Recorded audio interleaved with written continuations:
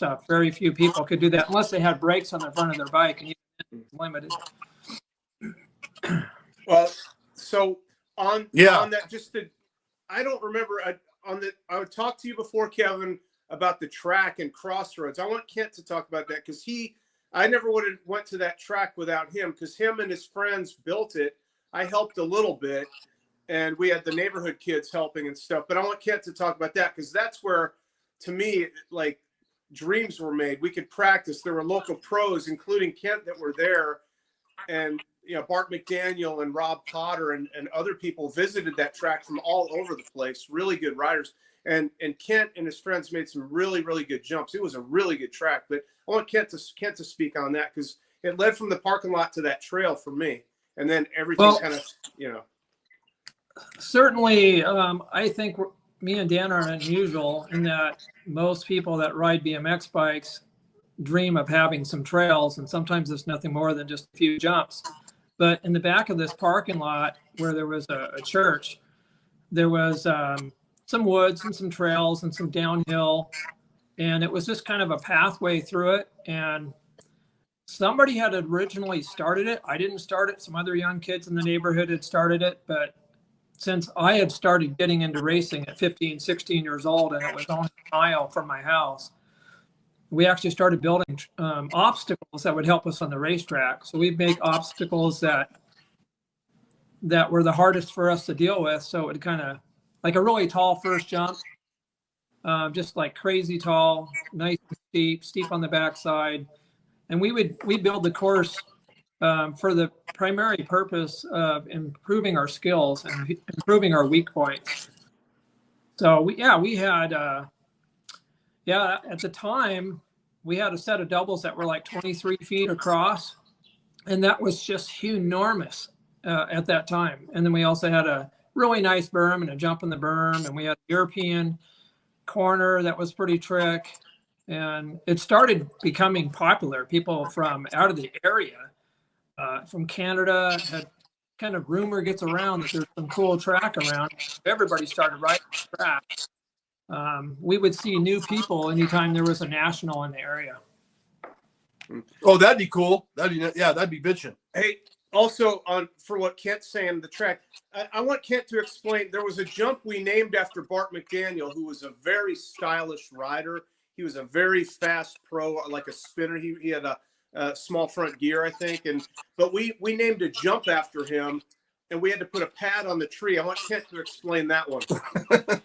Yeah, the memories are starting to come back. I remember the Bart lip. Yeah. We had this. You had to jump a set of doubles and then hit this ravine that wasn't really deep, and you'd come up to it. And he built this jump that was probably no wider than a chair, and you would hit that, and we had a tree that was right next to the landing, which made you land inside of a big double. So basically it was a side jump just before a set of doubles. So you'd hit that, and guys would get as high as they could on the side of that tree and try to pick the high mark, see who had the highest mark on the side of the tree. Just touch it with your back tire and then drop it down in. It was pretty cool. But you guys you put a pad on the tree because like guys were bending rims on it or something. I think I crashed into that tree at one point. Well, it's really a fascinating story because originally that piece of land was donated by the neighbor across the street. They had a lot of acreage, and so they donated that piece of land. And I don't remember how many acres it was. I want to say it was two or three odd-shaped acres. And the old guy that had donated this property just wanted to make sure nobody got hurt. So he put a big, I don't know what it was, a big thick piece of foam. And also on the tops of these big doubles, we got tired of people casing and kids riding over and scratching down the top of the lip. So we actually had big logs on the top of those doubles on each takeoff and landing. So if you tagged, you were going to pay for that in a bent rim. Yeah. Definitely. Yeah, that was intimidating. I got over some fear. Jumping it from the top half down was a little easier, but Kent and me made the newspaper that I think he might be able to send you a copy of a local Bellevue or Seattle newspaper that took a picture of both of us wing abreast about, I don't know, 8 or over man height, maybe 8 feet in the air, going backwards up the hill over the doubles. It was pretty cool. So Kent's got that picture. So. That was the Journal American, and it was actually an article kind of near the last couple of years of that track's history, because the city was wanting to relocate the track to another location, but none of the local writers wanted to deal with that. But we actually ended up losing that track. You know what happens to most people that have BMX tracks in the backwoods. Eventually they get bulldozed, but we had that track for probably, I don't know, 8-9 years at least. Yeah, wow. Yeah. It was awesome. It was so cool. It was like an escape. It was a training camp. It was like school's always in session there. There was always something to learn. And it was fun too. It was fun practicing. There was some jumps had sketchy landings, some had safe landings. He put a jump in the middle, in the center of the track where you could practice table topping. It was like a dirt half pipe, just about. Remember that, Kent? We did 360s off him. It was so cool. I remember those. Yeah, those we had a set of 20-foot doubles, a set of 22-footers, or maybe they were 23. And then we had a step up, a small set of doubles, a big bull berm that was so steep you could just rail it really fast with a jump right in the middle. Yeah, it was live. We had riders from Canada there. Amazingly, nobody actually got hurt on that track. It was pretty crazy, but I mean, nothing more than a few abrasions, but we never had any epic injuries, which was probably a miracle. that was amazing, because there was some pretty technical for our time for what we were doing. There's pretty technical jumps, and I mean, you really had to have it wired to ride that track well. I like that part. He made it difficult. So I have something that might bring a little fascination to this little discussion we're having here. In the early 80s, if you have any really early 80s BMX magazines, or like the ABA paper that would give you your point standings, the tracks were really basic. You went down the straightaway, there was one roller in the first straightaway, then you had a berm, you come around the corner, there might be a set of doubles or just a couple rollers that are so far apart you're not going to jump them. Then you have one more corner and a last straightaway that may not have any jumps at all. So it was pretty much a drag race. You know, it was an athletic challenge at that point. But once we started getting a lot more complicated obstacles, then it turned into kind of a talent show. I mean, you really had to know how to ride those obstacles. You would have riders that were really fast. Like, anybody who is familiar with the name Clarence Perry, if there wasn't a lot of difficult obstacles on the track, you know who was going to win the national. It was going to be Clarence, because he had the horsepower. He was terribly powerful. As soon as those obstacles started getting a lot more complicated, and he could jump. He jumped pretty good. But all of us can relate to the fact that there were some times where tracks had jumps that were so sophisticated, at least to tackle at pro speed, that it challenged even the best riders. And so one of our goals at this track was to make some really difficult obstacles so that when we went to a national, there wasn't anything that was out of our league. We were already familiar with it. You know what I dig about you guys? Both of you guys are very intellectual, and you guys are very methodical on your thinking about how you approach your riding. With myself and my crew, we were not intellectual. We were just flat out as fast as you can, jump as high as we could. No training, no thought behind. We had no thought behind what we were doing. We were just riding. And I dig you guys because both you guys are so intellectual about your approach to riding. The theories and the methods that you guys use. That's great, man. I can appreciate that now. Kevin, I actually don't think me and Dan are alone at that. But anybody who's on the regular national circuit, they're on their bike, at least 2 times a month.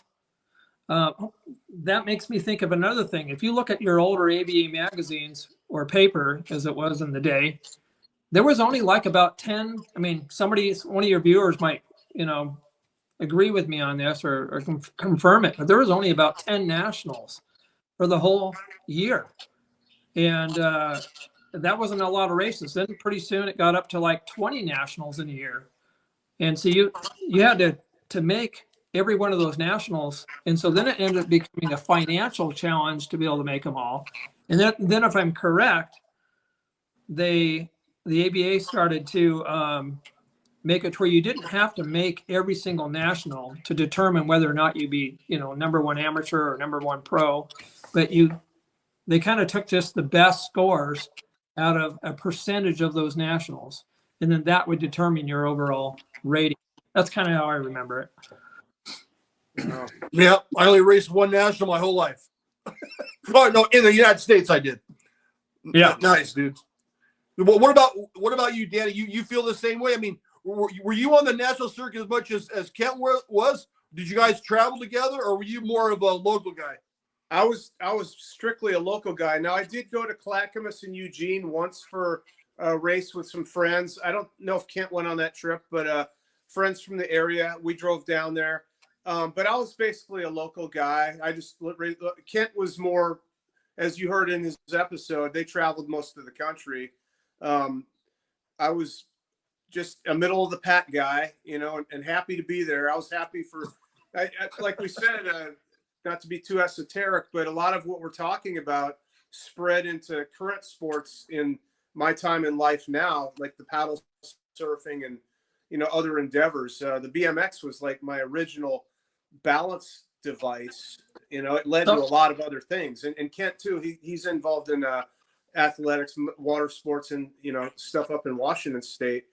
But I can speak that, I mean, for me, the BMX, like, it led to a lot of different things, Kevin. So I'm grateful for those times for sure. And it's awesome talking with you guys about it. So honored, Yeah. So, hey, I wanted to mention something. I'm going to nice. throw out. Are you guys the same age? Seen show up at some of our tracks. What? And I'm going to mention this. We had a track in Redmond. Here's what would happen. One would get bulldozed for whatever reason. Kids making too much noise, or somebody sees that there's these big jumps and we're doing crazy stuff on our bikes, and somebody gets concerned someone's going to get hurt. The next thing you know, it's you find out your track's been bulldozed. So we had a track on Northeast 8th in Northrop in Bellevue. I'm going to say it was east of Crossroads. And then we had another one in Bellevue, which was I'll use Sears as a landmark when it was there. And some of the riders that would show up to these tracks, I remember one time Jack Hutton showed up at one of these trails that we had, and he was like #1 pro in Canada. Pete Zablotny had showed up. Obviously, we had some of the local guys like Scott Matchell. There was James Allen. Some people might remember these names. We had, of course, me, Dan, Chris. I'm sure Bart McDaniels, Rob Potter. Who never showed up at our trails as far as I can remember? You guys have mentioned Rob Potter a couple times. Who did he ride for? GT. Okay, he was on Factory GT, or he was support. Well, I don't know. Kent might know. I thought it was like a partial sponsorship. I don't know if he was the full ride. I don't know. Kent might know. I can't remember. I want to say that I've seen YouTube videos of where they're talking about who's in first and second, and Rob Potter's name came up. So I don't know. Funny. Considering we had 3 significant tracks, actually we had 4 at one time since I raced bikes, and we had significant jumps on every one of these tracks. But I want to say that Gary Ellis never came out. I always thought someday that guy might show up at one of our trails, but I think he rode his bike so often. I know he had his own trails in his neck of the woods too. But hey, there's something else I forgot about, Kent. You might have done this too. I remember this was right around the time we were getting our licenses and learning to drive. This is right in that time. well, I told you about my pizza job and all that, but metal. But I remember going to SeaTac and Bothell when they were closed and just parking outside the park and riding the track, even though the gate wasn't operational because no one was there. And there was always a few kids and their parents out there riding. So I do that too. A couple times. I remember the SeaTac. I like that one, the downhill. That was a fun one. But yeah. You know, any local BMXer can remember getting in their car as soon as they had a driver's license, and you learn about where all the trails are. And she would, if you didn't have any big race in the area, what you do is you'd make a bunch of phone calls to all your friends, and you'd just kind of go on tour and hit about 6, maybe 7 or 8 tracks, and spend the whole Saturday going to track after track after track. And these aren't sanctioned BMX tracks. These are just people's backyard trails. And some of them are pretty epic. I mean, there was a few tracks, you know, where you kind of wanted to see somebody go through it first before you attempted, because you could really bang yourself up. Yeah, I've shared this story a couple of times where our crew, we thought we were building jumps and we thought we were building berms, but, you know, we were building berms that were like 2 feet high, you know, and little teeny things. And we were building bigger jumps, but we thought we were the shit. Like, you know, we thought we were building tracks until the one time that I finally saw a real BMX track for the first time. And I was just like, my eyes were like, oh my God, this is Nirvana, man. This is so bitching.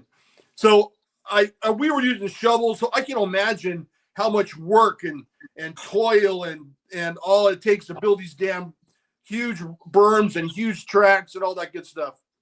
Well, I can remember, I never forgot this lady walking through the neighborhood with her dog, decided to find out what's all this noise in the woods. And she comes through there and she sees about eight teenagers with shovels and picks and wheelbarrows going around, and just, we always refer to it as stacking it up. And people were like, when they come back, they're like, did you guys like rent a backhoe to do all this? And we're like, no, this is about 8 guys busting their butt, building jumps. I mean, it actually gave us some fitness. Absolutely. You got really strong. In a way, we weren't.